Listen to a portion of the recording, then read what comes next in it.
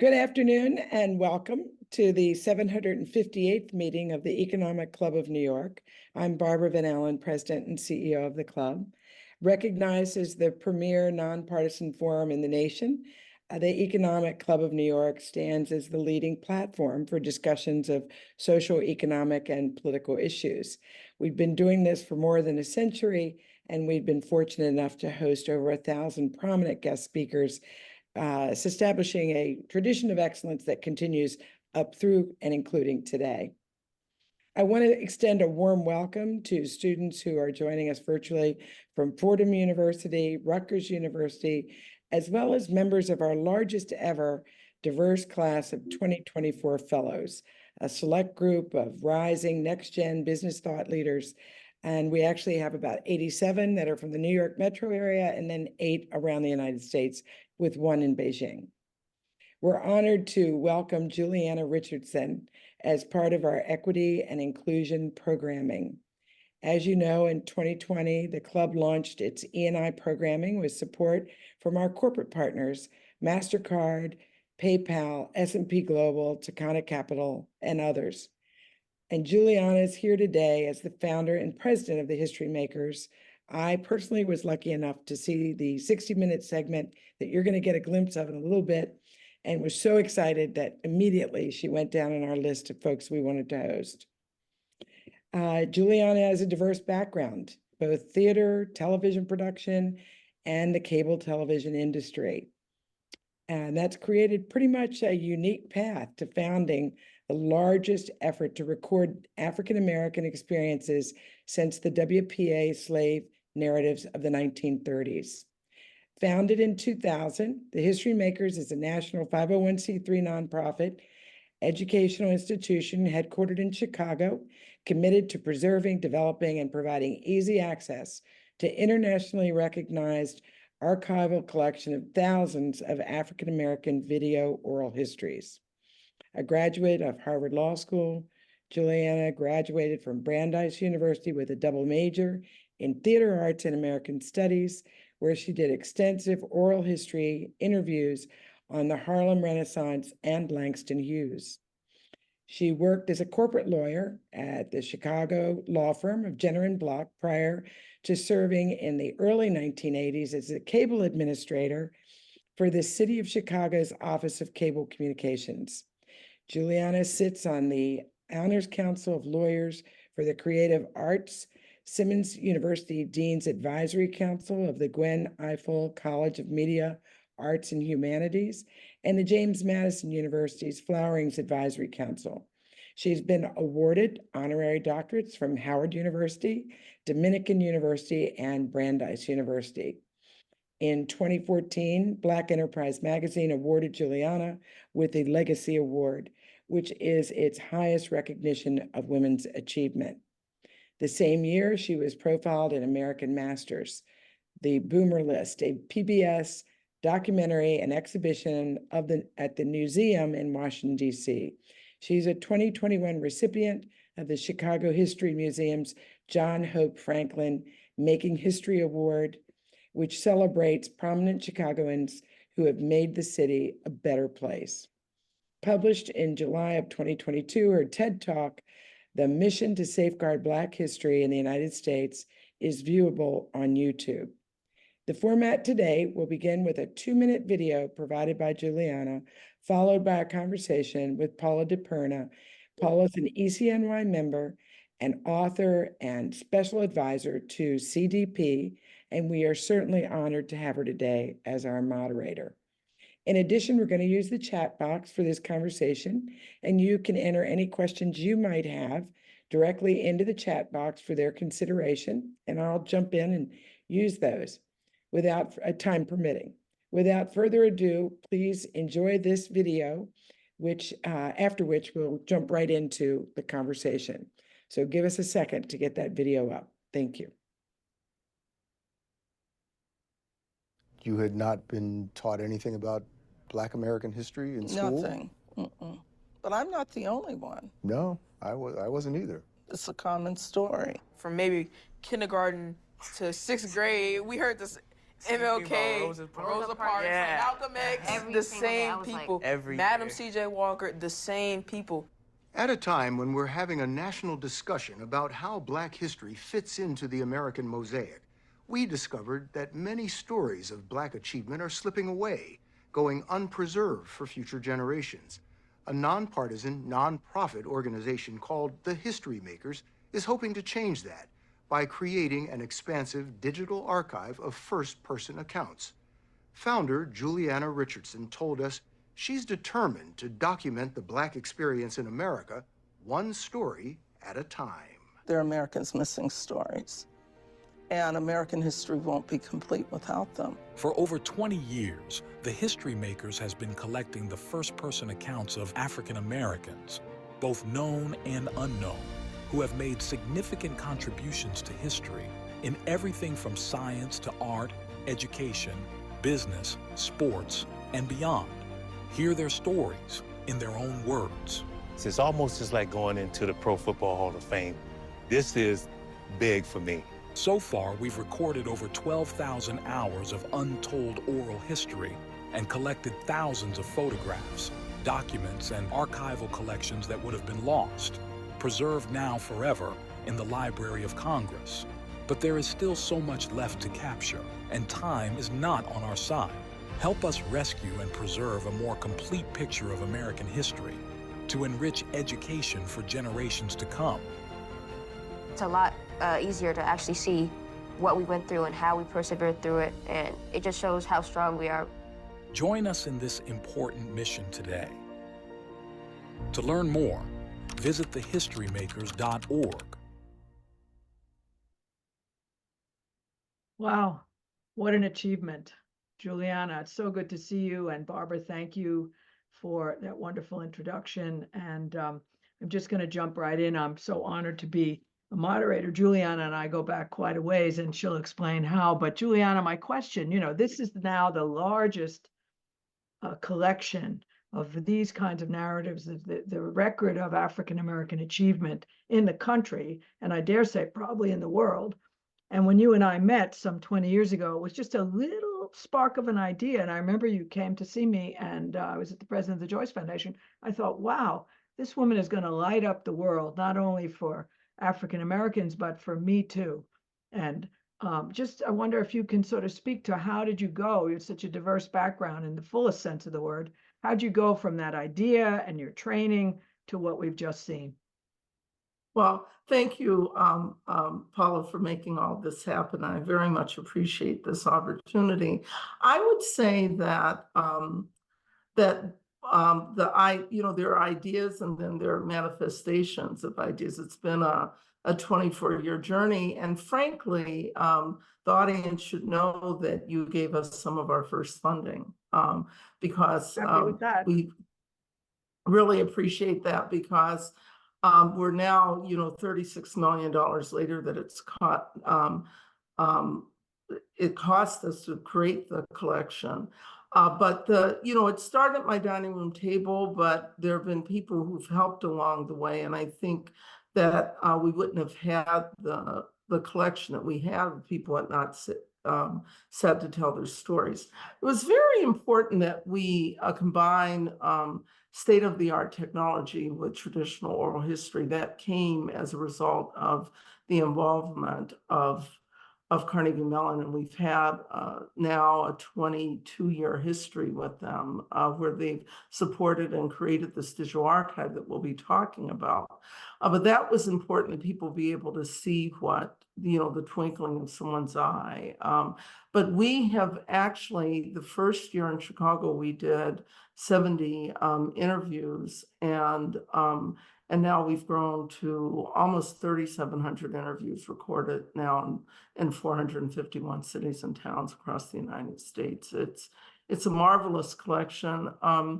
It was very important that we have a permanent repository, and the Library of Congress stepped forward in that way. They're very excited to have it because now in one place are the stories of the formerly enslaved and the stories of the descendants of the formerly enslaved. So we always had 15 different categories that we record in: business law, music, entertainment, sports. And in many instances, we're the largest recording of Black people in those areas. So can you, and I remember being at a very wonderful event in the Library of Congress connected to the History Makers. It was so powerful because obviously that is, such an important part of our infrastructure in the United States, cultural and historical. Can you sort of speak to how does, well, I guess there are, I know there are criteria for what determines a history maker, how you go through the process of selecting people, and then literally, how do you get the interviews done? They're very highly professional and they're really lively. You really bring the people to life. So how, or rather they are alive, but they're sort of vibrant and very, very honest in what they say. Can you speak a little bit to that process, where you start, Okay. how people are selected, and how do you finalize the product? Well, when we started, we had gathered a group of scholars with some funding that we have from the National Endowment for the Humanities, a small grant in the year 2000. But now we have 16 different categories of both practitioners and scholars in different areas. And during COVID, it was really important to us because we were able to start re-vetting and vetting lists so we can see where we have missing pieces, of the history. We're very serious archive, I have to say that. We take our research very seriously when we're doing interviews. We have outlines that are anywhere from 30 to 40, 50 pages in length about someone's life. We do what are called life oral histories. You talked about people being animated. In many ways, we're taking people back to a point of memory. And so the collection is really very rich about the communities that raise these people up and also their careers. I want to say another thing about this is that I often talk about the collection as being one of identity and identity formation. And it's a story that, was what was told in 60 Minutes. I did not know my history, and it seemed like everybody in my class knew theirs. And that feeling of not knowing sort of stayed with me. What I've learned recently, though, is that our nation's libraries and museums, for the most part, are lacking the Black experience, and that resonates out through society. And I really feel that in some respects, both the white community and the Black community have acted in unintended complicity with each other, mainly because of the taboo issue of slavery. Black people don't want to be ashamed. I was ashamed at that time of my enslaved ancestors. I'm no longer. And then the white community doesn't want to be made to feel guilty. And these are some of the things that we see resonating in society right now with legislation that we see being passed. And, in different states, really 18 states have passed anti-CRT laws. But the thing is, the collection has nothing to do about guilt or shame. It's these wonderfully rich human stories that we all stand to learn a great deal about. And I remember Professor Howard Wackler at Carnegie Mellon, the reason that he adopted us was that he said that we could be a leader in other lost American stories. And so that's what I see the opportunity here. Women are not even well recorded in our society. And so we have a lot of work to do, but I think, and what I've been speaking to, you can't have a melting pot unless you have all the parts to melt in, all the ingredients in the pot.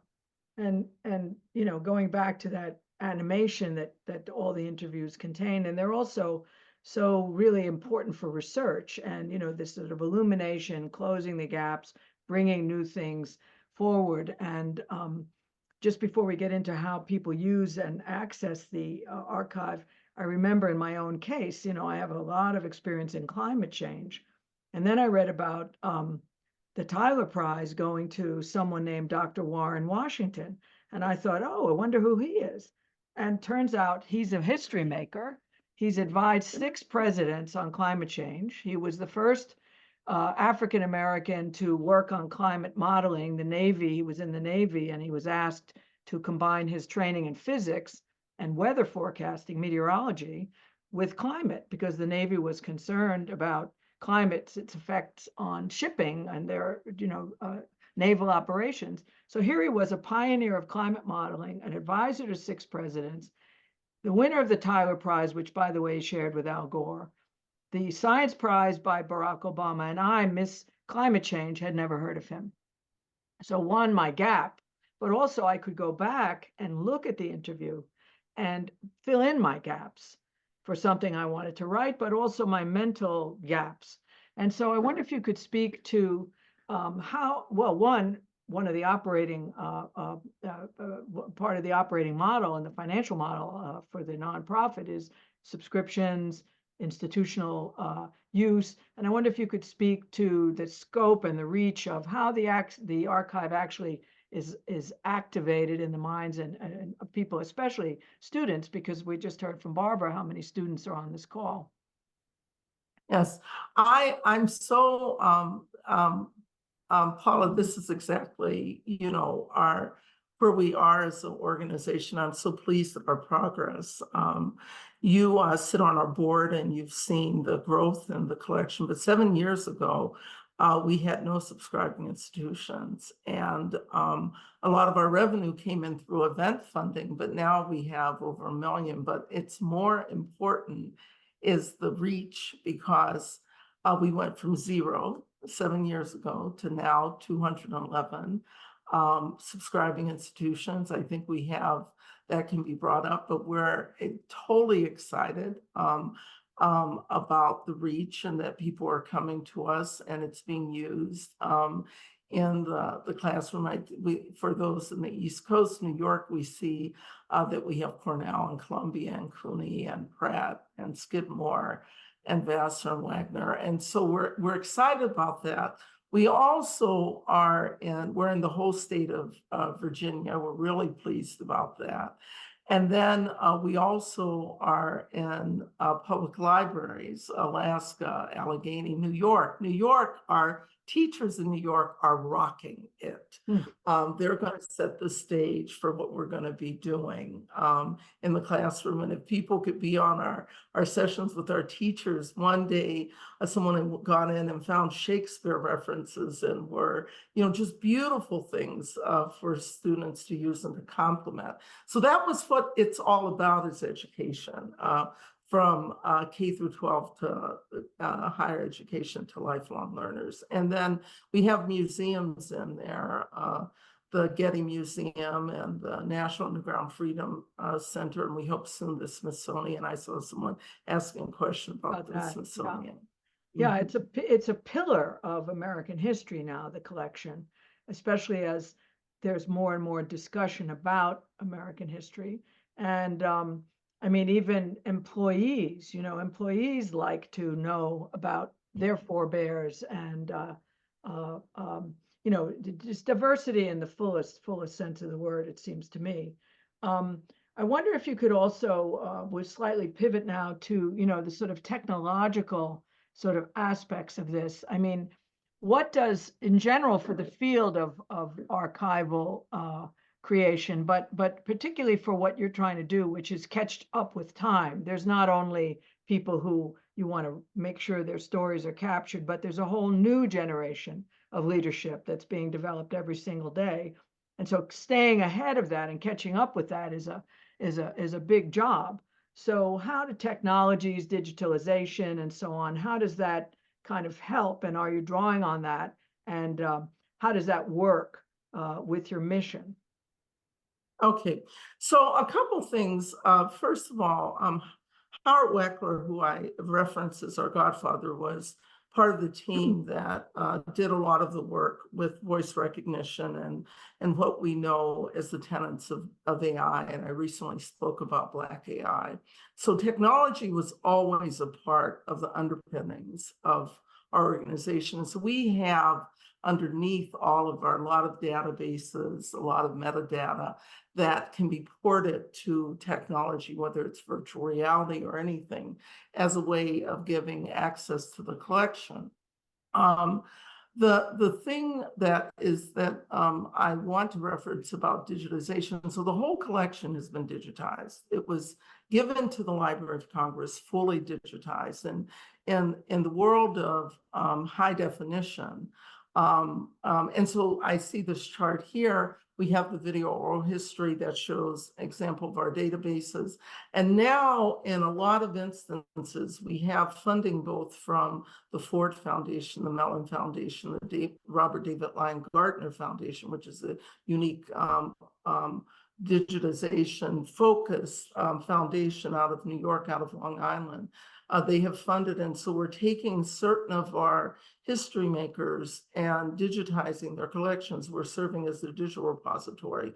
So Eartha Kitt was referenced so we're serving as her digital repository, Ursula Burns' digital repository. I'm just forgetting right now, but we're serving as digital repositories for other people that have large collections that would have been lost had we not gotten to them. I started to be very concerned about not just the interviews themselves, but the documentary evidence that people take through their lives, that those were being thrown into the garbage or being actually lost. So that's what we're focused on right now. And so we've processed 18 collections so far, but this year is going to be a big year, and there'll be another 58 collections of our history makers that we will be taking care of. Ed Lewis is another one. Susan Taylor of both of Essence Magazine, we're serving as their digital repository. And I could make an announcement. Actually, we're going to be serving as the digital repository for Frank Thomas, who was the first Black head of the Ford Foundation. So Yeah, so that's great. We're really excited.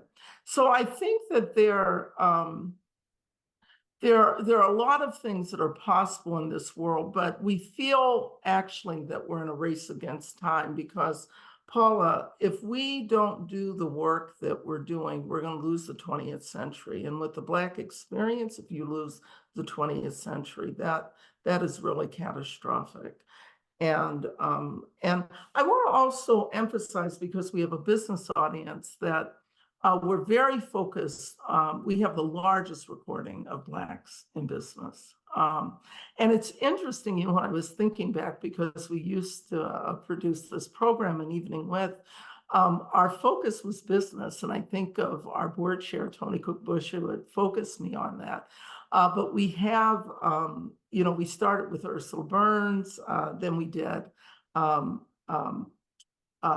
Jordan, and then Ken Chenault were the people that we did in business. But there, if you look at Dick Parsons or Earl Graves, who started a Black enterprise, we've done a whole variety. Deborah Lee on the female side of things, but we have the largest recording. And I say that that's really critical, because if you go to the major exhibit on industry is at the Smithsonian Museum of American History. And they only had 2 references on Black people. And one was an enslaved person bent over, and the other was 1950s advertising on a car, on a vehicle. So there'll be a lot of things more that we'll do. We actually produced a program called Boss that traced the history. That was a major first PBS special on the history of Blacks in business, going back to the Freedmen's Bank and going forward. So I think that there's a lot of exciting things that we can do. And it's really important because, we keep talking about business as the next horizon for Black people, but Black people have been involved in business since the very beginning. Well, to that point, and I just was going to come back to this. I just came from Atlanta, and was around the Martin Luther King Center, and I take very much to heart what the kid said in the clip. There are so many Black people who have achieved things in this country against every single odd that could have been put in front of a human being.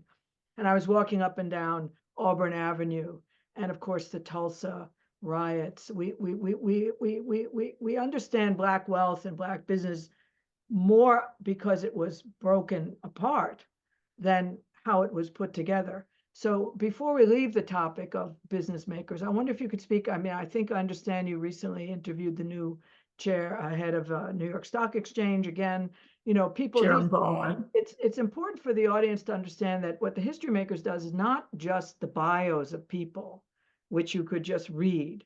It goes back and talks to them. What made them? What were they up against? With this elegant integration, so to speak, of the struggle with achievement. And I wonder if you could speak a little bit about that with regard to some of the business personalities, but in general as a theme, because I liked very much what you said. It's not about guilt and it's not about shame. And yet there's this constant story of struggle.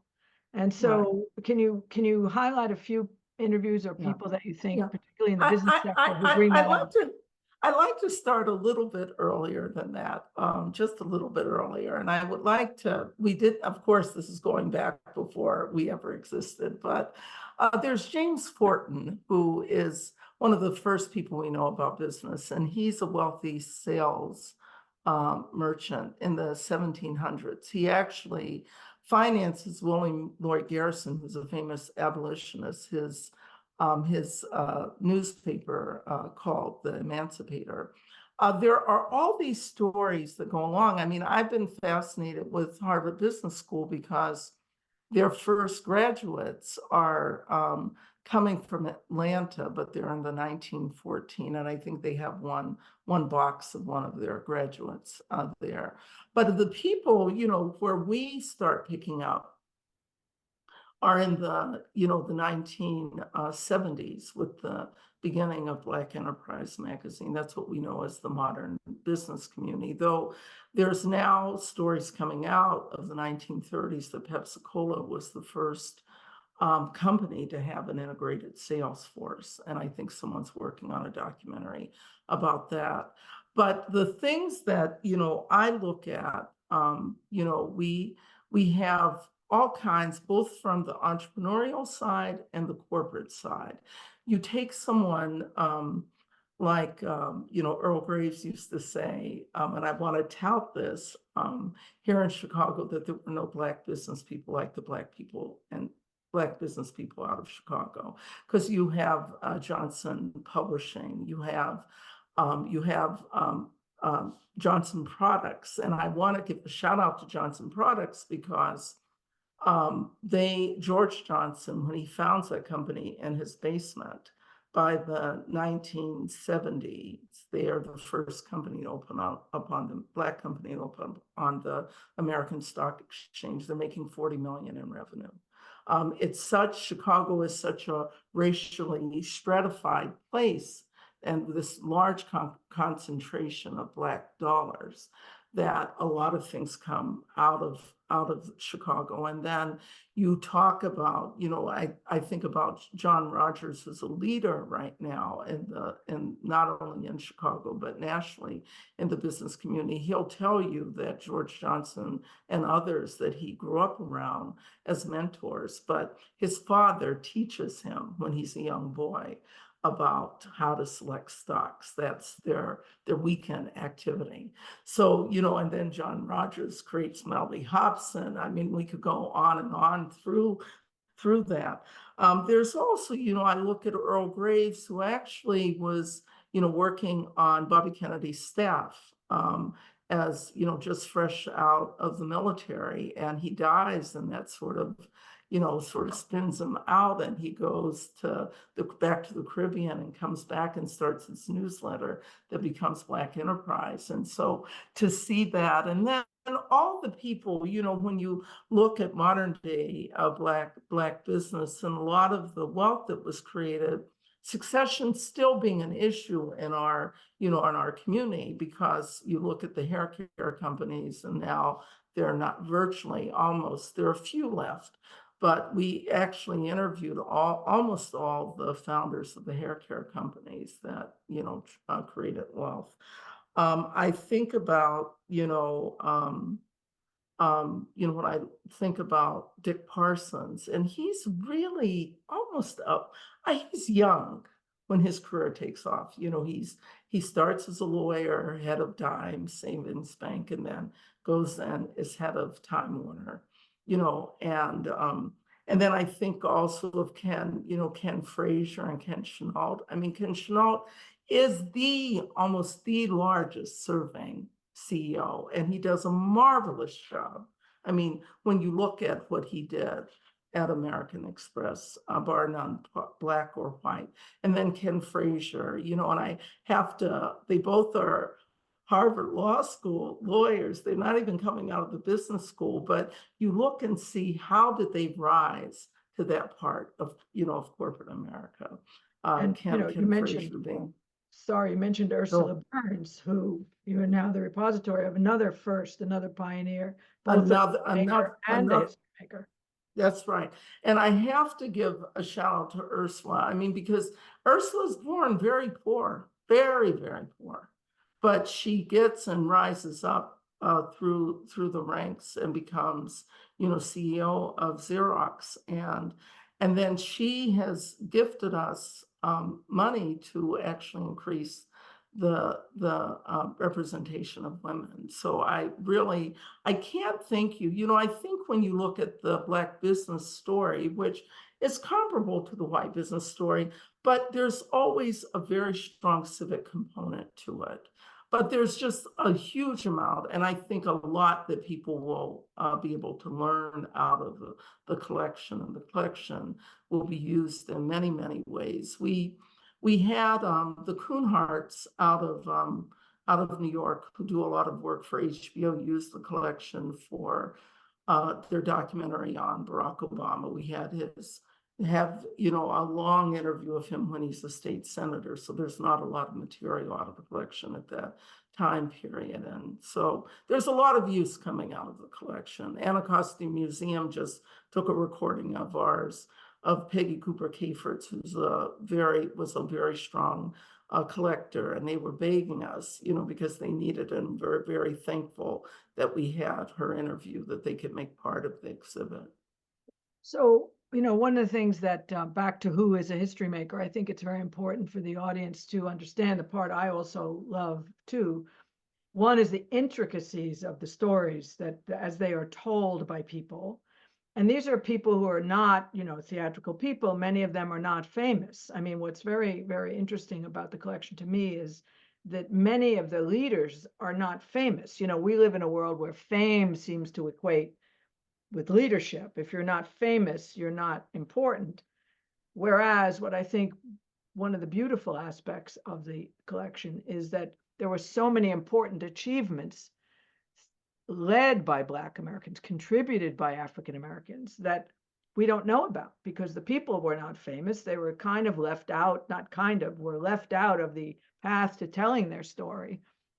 And so you've not only rescued the stories for them, because people want to see themselves, but you've rescued the stories for everybody else.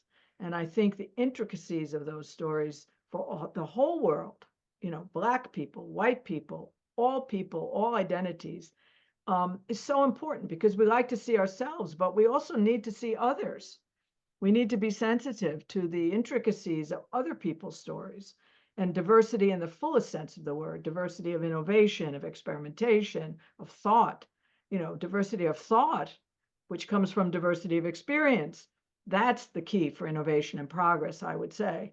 So I'll get off my soapbox, but return to you, not that you're on a soapbox, but having come through this journey now, and having built it from scratch with friends, with support, but still it's been your passion, and you've kept it alive for all these years. And I know that technology has helped, and funders have helped, and we can always use more of them. But we're heading now, I think you say, we're heading into the 25th anniversary almost of the creation of the History Makers. Time is running out in a certain way. The country's in a bit of reflection, certainly, on identity and what diversity and inclusion actually means. So in the context of today, what's your dream? Where do you want to go with History Makers? What's your overriding ambition for this collection and its application, its use? My dream is that that we will be the digital repository for the Black experience, and that our content will be relevant for the child who's not yet born. That's my dream. And the other dream, and I tend to be very reflective these days, because I don't think that, myself included, and a lot of the people that we've interviewed, who in many ways are all type A personalities, and have had these prodigious careers, even if they are not well known, and celebrities, but they've been very strong contributors to society. I don't think we thought that we would see the days that we see right now. And there's, great concern about how we move forward and what even their lives stood for, in many ways. And so I pray that the repository will act almost like a golden Bible that can be, resorted to. And it's interesting too, because I always envision it to be intergenerational. And it's really marvelous when you see young people in there, and the grandkids are actually coming, but they, the kids are taking, like they didn't know this about this part of town or where they lived, or, this part of their city. They're finding people that they may even know in there, or being influenced by people that they don't even know, or careers that they didn't know. And I was thinking about, why does this need to have the support of the business community? And why is this important at a time when not only Black history is under attack, but the humanities are under attack? And I have to be a big believer in the humanities. I'm a former recovering lawyer, and that's who mainly goes to law school if you have background, whether it's history or anthropology or sociology. But I worry about, in the absence of the humanities, and not having a civil and learned community, an educated community, what we will have as a society if we don't have that aspect. And so I think it's really, and a literate society too, because you have to have a literate society to have a voting, educated voting population. And so I worry about those things. But when I look at the business community, I really think, like, why should this be of interest to anyone, who is part of the Economic Club of New York? I think it's important because,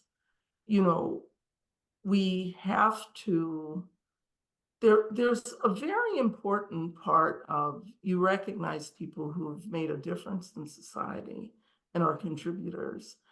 And there's still a lot of learning that has to be done about the Black experience, to know that our contributors are not just in the few numbers, but they're actually in the hundreds and the thousands.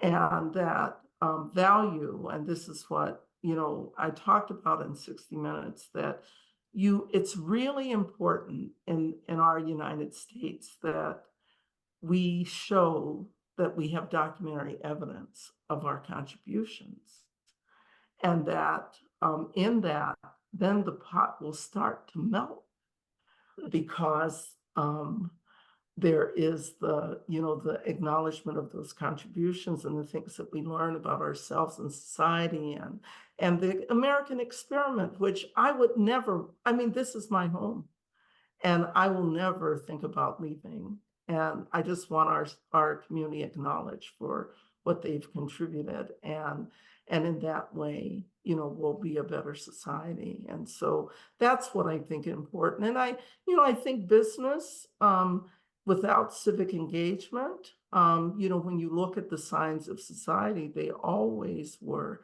civically engaged. And that I think is really important as we, move forward as society, and all the things that are being presented to us at this rapid pace that we're experiencing everything right now. Well, it's been such a tremendous contribution, and history is the cornerstone of literacy. And so, Barbara, I think we've come to the point of possibly there's some audience questions. Love to take them. I'm sure Julianna. Yes. One of our members, Jeff Schoenfeld, asked a very good question, and that is how, if at all, is the collection integrated with the Museum of African American History? Well, right now, we've talked about partnerships. That hasn't happened in that way, but we have been working with the museum with content being used out of the collection for some of their exhibits. And what I want to tell Jeff is that, or anyone listening, that we want to explore that more, but I want people to understand that archives preserves the content that museums can display in their collections. So they go hand in hand. And then I had a question. This happens to me all the time. The Economic Club of New York has also had thousands of interviews, nothing like the in-depth work that you've done. And people will say, what's your favorite? So I'm going to put you on the spot and ask you, what's your favorite of all the 3,700 interviews? And maybe there are 2 or 3. Yeah, I'm gonna give a couple of those. I always sort of point to one of my first favorites as Catherine Dunham, who created Black dance in this country, and I had come to New York to interview her. The Belafontes had put her up in their assisted care living area, and there were her dancers there. But this is a woman who took a troupe of 40 dancers around the world with no foundation funding or anything. And I just found her to be completely intriguing as a person who had done that. Lloyd's of London had insured her legs for $25,000 when she starred in Cabin in the Sky. I also, I haven't spoken of Frank Thomas's interview, but I found him to be, first of all, he did not come willingly.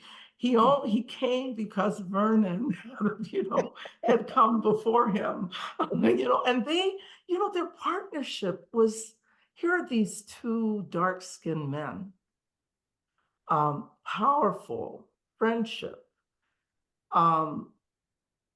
both on the board of the Whitney Foundation. I just found them to be, both of them, different backgrounds. Vernon, Southern, Frank, Brooklyn. And Frank had to navigate his way through, people throwing through gang territory in Brooklyn to make his way through. And you find, like, when you get into these people's stories, the amazing, things that they sort of, tell you about themselves. And I often also tell the story about, this was one of my first interviews, and it was when we were trying to balance off well-known and unsung. And I was going to interview a man named Colonel Thompson, who was one of the original Tuskegee Airmen. And he had prepared for us for 4 days, and I felt sort of guilty because I was thinking, why are we going to interview Colonel Thompson? When I sat down and he told me, he said, had we heard of the Golden 13? I said, I never heard of the Golden 13. He said, well, they were the Navy's version of the Tuskegee Airmen. There are 4 left living in the country, and 1 lives upstairs, and he wants to talk to you also.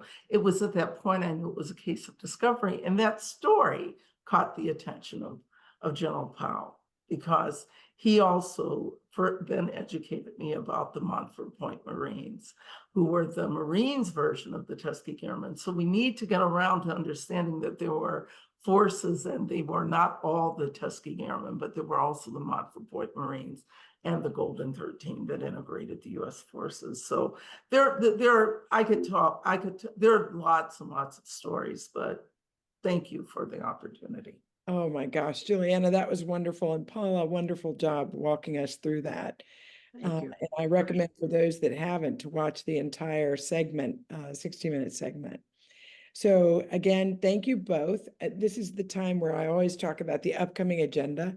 And we do have something new and big on the agenda for the club. First, we do on Monday have Gary Kasparov joining us for a luncheon, Monday the 6th. And then Ed Yardini is going to join us on the 21st, The Economist, and that'll be a webinar. And then Glenn Hubbard, we're very fortunate. Glenn and Larry Summers, we usually have a couple times a year. So you can see we have them coming up. Oops, I don't want to skip over John Williams, our chairman of the club. And obviously he was quite busy yesterday as chair of the New York Fed with the FOMC meetings. And then this is the new edition, June 13th. The Secretary of the Treasury, Janet Yellen, will be joining us, and she will be awarded the Peter G. Peterson Leadership Excellence Award. So that will be a big event for us. On June 17, we have the CEO of Take-Two Interactive, the gaming company, Strauss Zelnick, joining us, and then Lisa Cook, who has spoken here at the club before, actually, as part of our Equity and Inclusion series. And she, of course, now is a member of the Federal Reserve Board of Governors down in Washington, and that's June the 25th. So there's plenty there, and I hope everyone will take advantage of these upcoming events. And as always, we will be inviting the nominees coming out of the conventions this summer, and hopefully we'll get them both. And so stay tuned on that. And again, our website keeps all these things up to date. And then finally, as we always do, we want to thank our members of the